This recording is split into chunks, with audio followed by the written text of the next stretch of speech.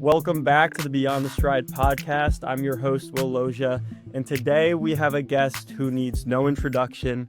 I think that gets thrown around a little too much, but in this case, it's true. It's the one and only Gary Martin. Thanks for coming on, Gary. Yeah, thanks for having me. It's probably the most perfect time to have somebody on during a cross-country season. We just had conference week. We've got regionals and nationals on the horizon, so there's nothing better than November cross-country. So thanks for joining us.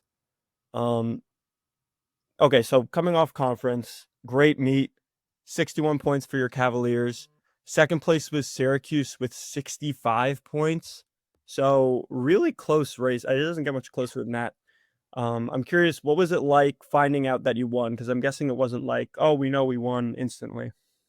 Yeah, I mean, it was pretty nerve-wracking because, I think I probably had the least stressful race out of most of the guys on our team because, I was kind of in no man's land for a lot of the race. And, I finished in second, and then I just kind of turned around and watched the rest of the team come in. So, I saw our first three guys beat out a couple Syracuse guys. So first, that was stressful, just seeing the battle in the last 50 meters with our guys versus theirs. And then, there's like a 20-second period of waiting for our fifth guy to come in. And that's the most nerve-wracking part where, you see Syracuse's fifth guy come in, and I knew he had a few points of them, but I'm just like, please let our fifth guy finish. And, our fifth guy, Nick, wasn't too far behind, and he finished strong. And, even then, as the scores are piling up and, you look at the scorecard and you see that he says we're ahead, but I think I still didn't fully believe it. I'm like, let's just let the results finalize. And it's so close, like anything could change. So there was, it was really, really nerve-wracking, but one of the most exciting times of my running career so far. That's awesome. That right there, that's why when we say cross country is a team sport, that's what we mean, because there's nothing better than that, finishing, turning around, rooting on your teammates, seeing how it all plays out. And then in your case, luckily being able to celebrate the team win. Yeah. This was the fifth title in program history for the ACC and the first in nearly 2 decades. So how are the boys doing down in Charlottesville after that one?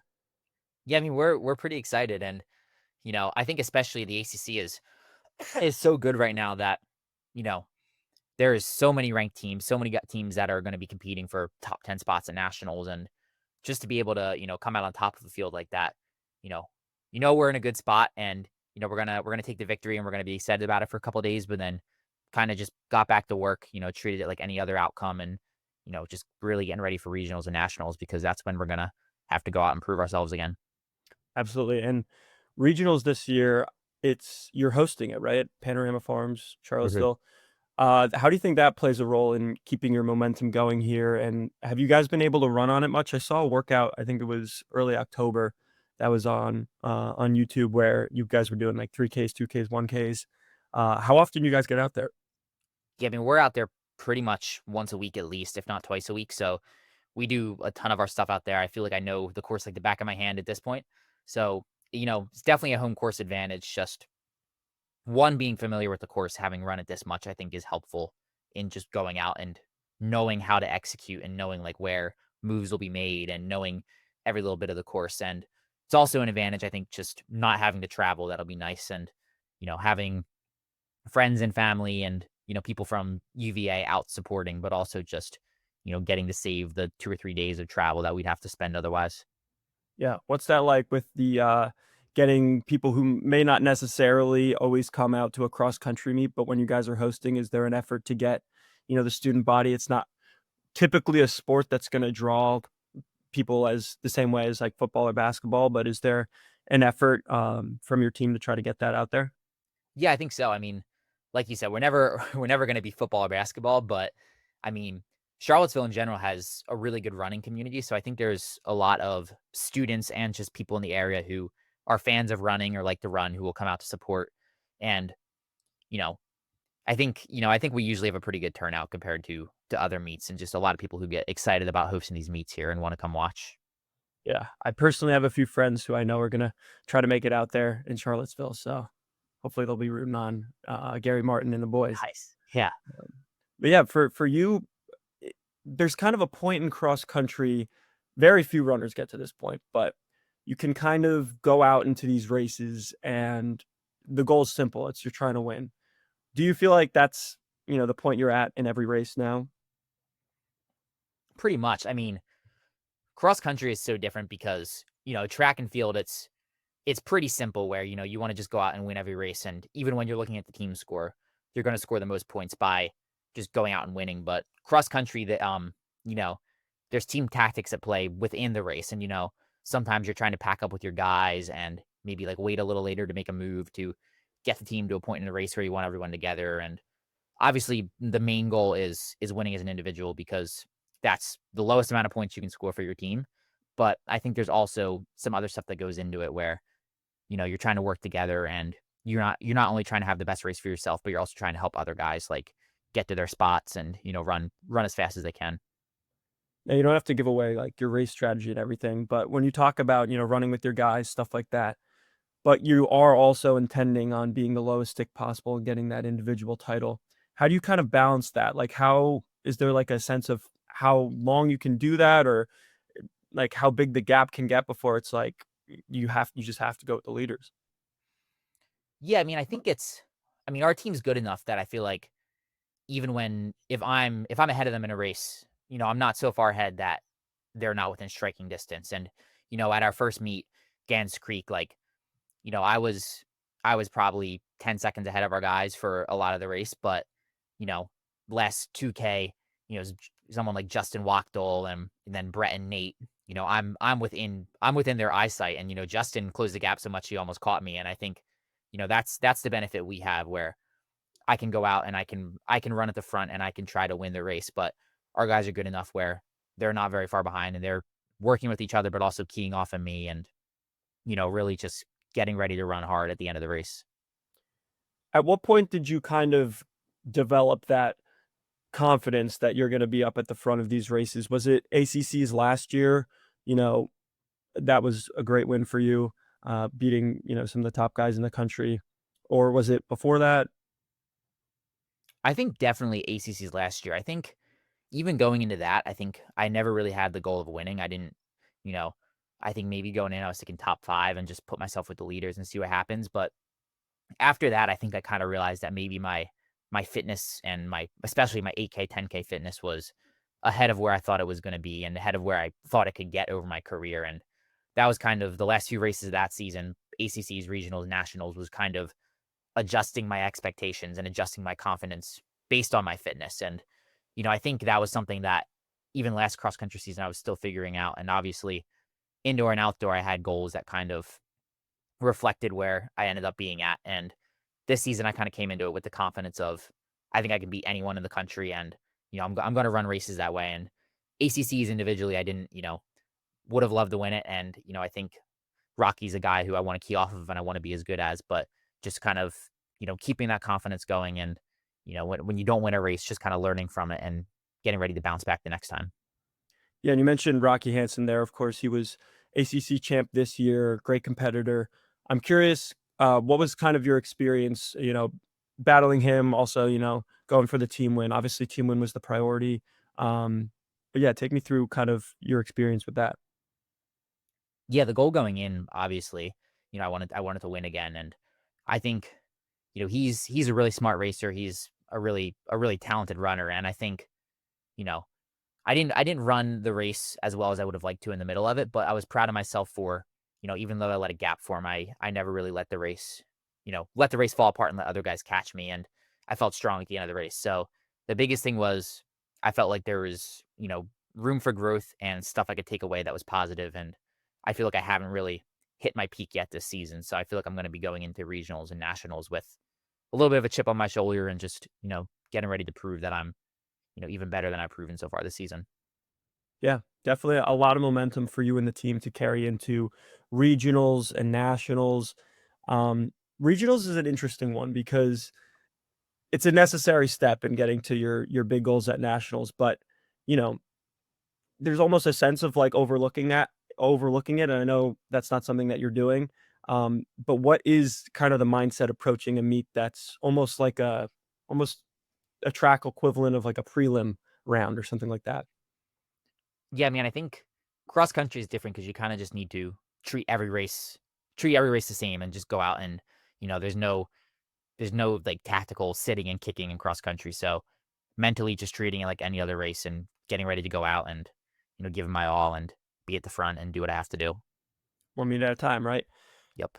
Is there a goal still though at nationals now? I know coming into the season, podium on the mind. I feel like everything has gone as good as it could have gone for UVA. So where's kind of the goal setting at right now with nationals? Yeah, I mean, I think that's still the big goal. I mean, it's tough because I think we're approaching, we approach races more on a, I don't want to say individual level because it's still about the team, but we're not going in saying we want to be fourth. We go in with, our race strategies, and each of us knows what we have to do to run our own race, and then, kind of let the results play out from there. But, I think everyone's individually, guys have been running really well. The team's really strong, and, we're going to work together. We're going to pack up and we're going to run as well as we can and, see what happens. How much are you enjoying kind of just being a part of this cross country atmosphere? I know you're, more of a track guy, but you come to college and it's not super rare for a top mid D guy to become, better at cross country as volume increases and as the team needs you for competing in the fall. How are you kind of handling knowing that this is, kind of coming down to the end, some of your last opportunities to be able to compete in this environment? It's weird because, yeah, I mean, I look at it and I'm like, obviously, I'm gonna hopefully run professionally after this and have opportunities to keep racing, but you can't really replicate like the college cross country experience. And I think I've kind of, had that in the back of my head and just tried to enjoy it as much as possible. And, like the team trips, team dinners, and just workouts on the cross country course. And I feel like it's just, especially this year, we've had such a good team and we've had a lot of new guys who have just come in and left such a positive impact on the team right away. So I feel like I've been really lucky to have this team environment throughout my career, but especially this year. And I've definitely tried to take it in a little more than usual. Yeah, soak up every moment. It'll go by fast. But the one thing that does remain is the culture you set at your team. It'll continue. How do you think, beyond your time at UVA, how do you think you've kind of set a precedent, for obviously a historically good team, but taking them even to new heights? I think in terms of our cross country team, I think what's super exciting is, like when I came in as a freshman, we had these guys who were so good who I looked up to and I wanted to learn from and be as good as. And we hadn't won a ACC cross country championship until this year, but we had so much success. And then this year it feels like now I'm one of the older guys on the team. And even though obviously there's 10 guys who go to ACCs, eight or no, there are 10 who toe the line at ACCs, but we have those 10 guys. But the rest of the team, you come home and they're just as excited about it as you are, and you have these younger guys who aren't running yet, but are now seeing what it looks like to go to ACCs and win ACCs, and they're excited about it and they want to be a part of it. So I think hopefully the biggest thing is we're just setting the example for the younger guys we have who are super talented and ready to fill in when a bunch of us are gone next year, and hopefully just continue this culture. Yeah, I can't really imagine a better example than Gary Martin. I mean, Mr. Consistent out here. I think something all great runners understand is that consistency is what makes the greatness happen. And you've been a great role model in that regard. Um, but at the top of the sport, there is kind of a lot of guys who are consistent, right? I mean, you've kind of gotten to that point where it's the elites. These are the guys who are all, they have that down. So it almost becomes now, I like the old adage, the best ability is availability. It becomes who can stay the most consistent, avoiding getting sick, avoiding getting injured. What kind of approach do you have to maximize your chances of staying healthy? I think I just know what works for me in terms of recovery and preparation, and I try to control those things and control what I can control and get as much sleep as possible, recover as well as possible, you know, do a lot of cooking, like eat well. And I feel like that's, it adds up where if I'm doing those things in the little days, I'm not having bad workouts. I'm not feeling bad on training runs. And I'm just, I'm able to recover quicker and train harder and ultimately just kind of improve at a rate where, I'm going to be getting better faster and staying healthy more than other people in the sport. And, I feel like that's worked for me. I feel like I've been really consistent in training and racing. And it's just led to progress. And I kind of have that same mindset where, I don't really see a peak for myself. And if I can just, I have a good thing going, if I can keep it going, I'm going to keep getting better. And, I'm going to have more success in whatever race I'm running. I love how you say that you don't feel like you've reached your peak yet, and you don't even feel like it's in sight. I think that's something that's so interesting about this sport is that people really you never reach a limit as long as you can, continue to stay consistent. That's one of the things that really motivates people is the ability to continue improving. I think there is also a psychological aspect that we all have in the sport where we almost think like, oh, Gary Martin, the 348 miler, like that's who he is. And you've still got, time in the NCAA, you've still got a big career ahead of you. How do you avoid, those labels of times? Obviously, shaving seconds off of your mile time at this point is going to be a lot harder than it used to be. But there's so many other ways to improve, especially in cross country where there's all these ways you can get better at racing and tactics and like you said, increasing your volume, getting better aerobically. How do you kind of avoid those labels of what you've accomplished so far and continue to set goals of, yeah, that's just the beginning for me. I feel like I'm kind of always looking forward to the next step. And, you know, I let myself obviously, you need to enjoy the big moments in the sport. When I run really well, I let myself enjoy that. But from there, it's just, okay, that's done. What can I do next? And, there's always bigger fish to fry, I feel like. And I'm someone who you mentioned the psychology where I feel like, if I go out and I lose a race or if someone runs faster than me, I don't feel like I ever think to myself like, hey, this guy's more talented than me or is just going to be better than me. I feel like my mindset is always I need to work harder. I need to get as good as that guy. And, there's no one out there who can beat me if I just keep working. So, I feel like I kind of just keep that mindset of there's always something bigger to do. And obviously I'm excited with what I've done so far, but you know, if I win a national title, the next goal is, hey, I want to go, win USAs. And then once I win USAs, the goal will be, hey, I want to go to Worlds and I want to be making a final at Worlds. And, obviously there's small steps along that way, but I feel like I try to keep the mindset of here's the big long-term career goals and, let's make these small, shorter goals along the way and just keep getting better until I reach where I want to be. Well said, man. Well said. And we're really excited to continue seeing you improve like that. And obviously, like I said, we're in the thick of cross country. No reason to look past that. But Gary Martin, the track star, we've seen you accomplish a lot, even last year on the track, setting a really high bar. I'm curious, what are your goals and intentions looking at the track season this season in your fourth year at UVA? I mean, I want to keep running really fast in whatever event I do. It's hard to really plan ahead yet because I think one positive is there's a lot of different directions I can go. I think, I have a lot of range. I can run the mile, the 3K, the 5K. I'm not gonna win NCAAs in the 800, but I can run a fast 800 if you need me to. So I think that's exciting. I kind of get excited about the prospect of just challenge myself in new events. But obviously the big goal will be just be the best competitor I can be when it gets to championship season. And, I had a lot of success in indoors. Last year we won the DMR. I was second in the 3K. Outdoors was a little underwhelming at NCAAs, but I felt like I bounced back at USAs. So I think the biggest goal will just be, go into NCAAs and try to win as much as possible. Right. You mentioned, indoors, the DMR at nationals. I was in attendance there. I was in attendance at a lot of the BU meets, luckily. And I mean, it stood out a lot of your battles, with Ethan Strand. That's going to go down as kind of a classic battle between you two. Are you going to miss having him on the NCAA scene, being able to go head to head with him?